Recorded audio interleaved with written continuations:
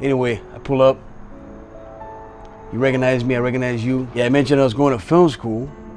You said you were an actor, and you'd done speech and debate, and you had drifted completely towards acting.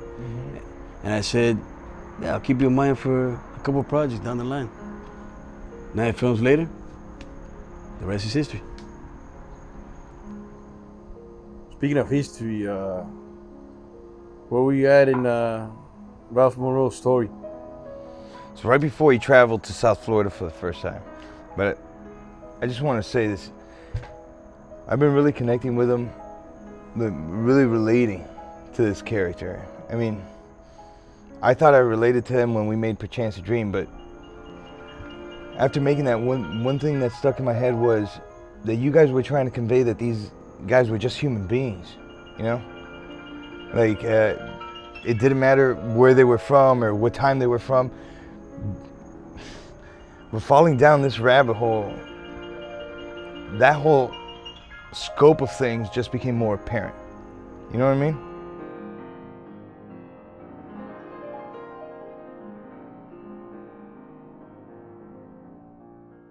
The rescue of Ada and the talks with Brickle localized my tropical longings on Biscayne Bay, which was within reach of reasonable hopes. "Never heard of it," said Demarest. "It isn't on the map and can't be of any importance." "There or nowhere," I replied in effect, and there we went. Ralph Munroe. From the moment Brickle had described it, the idea of Biscayne Bay's pristine, unadulterated beauty just would not leave Ralph's mind.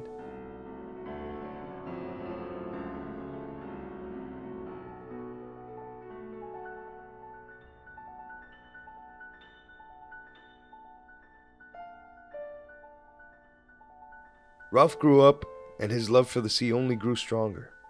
As a young man, he was already involved in exciting yacht races, and even started his own sailing club with his friends. Eventually, he began wrecking, that is, salvaging stranded or damaged ships. A friend of Ralph's was ordered by his doctor to head south for his health. He asked Ralph to accompany him, and Ralph agreed on the condition they go to Coconut Grove. The peninsula was nothing more than a vague wilderness. To me, however, there was no appeal short of Biscayne Bay. Ralph Munroe.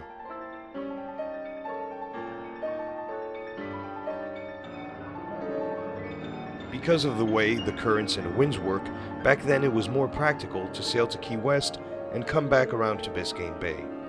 Once at Key West, Ralph went to the post office to see if he could hitch a ride on a mail schooner.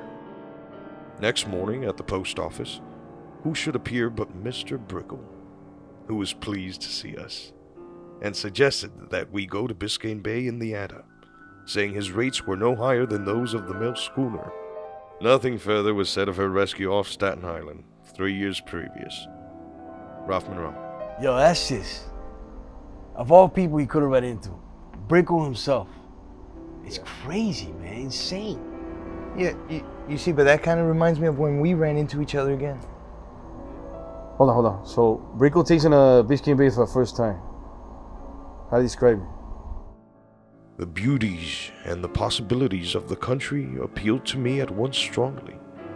No sea lover could look unmoved on the blue rollers of the Gulf Stream and the crystal clear waters of the reef, of every delicate shade of blue and green and tinged with every color of the spectrum, from the fantastically rich growths on the bottom, visible to the last detail through this incredibly translucent medium. Ralph Munroe.